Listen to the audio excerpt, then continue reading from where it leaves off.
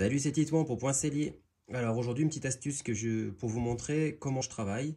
Donc l'astuce, elle est tout simplement d'utiliser une grosse bûche, hein, recouverte de cuir. Moi, ça me permet vraiment de travailler dans le confort. C'est-à-dire que j'ai une grande surface pour travailler et j'ai recouvert donc de cuir. Ça fait beaucoup moins de bruit. Ça fait une masse en dessous, donc par définition, c'est bien dur, ça bougera pas. Euh, voilà, moi je trouve ça parfait pour bosser dans tous les cas. Voilà, alors comment j'ai fait ça? J'ai tout simplement pris donc un tronc d'arbre que j'ai bien égalisé pour l'avoir bien droit, bien plat. Ensuite, j'ai deux couches de cuir ici de 5 mm chacune, donc ça fait 1 cm de cuir. La première couche ici, j'ai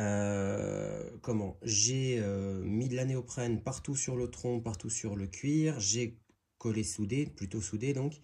Et après, j'ai agrafé le cuir avec des longues agrafes pour vraiment pas que ça bouge. Et ensuite, j'ai poncé la fleur du cuir, l'endroit où je voulais, et j'ai soudé la deuxième couche. Voilà. C'est ce que j'ai trouvé de plus efficace. Ça bouge pas depuis les années que je l'utilise, hein. Donc voilà, ça fait quelques années que j'utilise ça. On peut voir d'ailleurs qu'il a bien servi. Le gros avantage, c'est que comme c'est du cuir, c'est fait pour accueillir, ça accueille bien les dents, on va dire ça comme ça. Les dents sont faites pour percer le cuir. Donc, elles ne s'abîment pas en rentrant dans une couche de cuir. Et avant de percer le centimètre, il y a de la marge. Donc voilà, ça c'est très pratique. C'est vraiment confortable. Moi, ça m'a changé la vie. J'ai un bon maillet, voilà, comme on dit. Un bon maillet, une bonne masse, un bon martyr. C'est ce que je dis toujours. Avec ça, on bosse bien. C'est très facile, très rapide de travailler.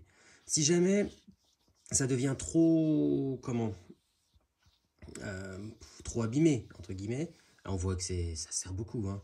Si c'est trop abîmé, moi je le réaplatis à grands coups de marteau. Voilà, et ça durcit le cuir en fait, ça retasse toutes les fibres. Donc au final, au bout du compte, ça devient très dur. J'ai utilisé un cuir type... C'est un cuir qui vient des tanneries de Chamont, hein, pour info. Il est assez sec au départ, voilà. Et c'est pas un cuir gras, hein, comme j'ai l'habitude d'utiliser. Il serait trop mou, les dents rentreraient trop dedans. C'est plutôt un cuir un peu dur.